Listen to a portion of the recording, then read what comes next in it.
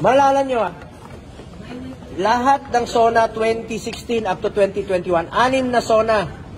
Tuwing binabanggit ni dating Pangulong Duterte ang war on drugs, nagpapalakpakan po ang lahat. Standing ovation po ang Kongreso at ang Senado. Dahil ramdam nila na may pagbabago po at tinupad ni dating Pangulong Duterte ang kanyang pinangako noon. Standing ovation. Tapos bakit ngayon sinisisi siya? Bakit ngayon mag-isa na lang siya? Hindi ba kayo nakinabang? Hindi ba nakinabang ang mga kababayan nating Pilipino? Yung mga anak natin na hindi nasasaktan?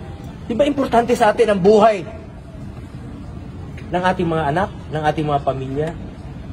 Nakinabang kayo Nakinabang po ang Pilipino. Tinaya niya po ang kanyang buhay dito.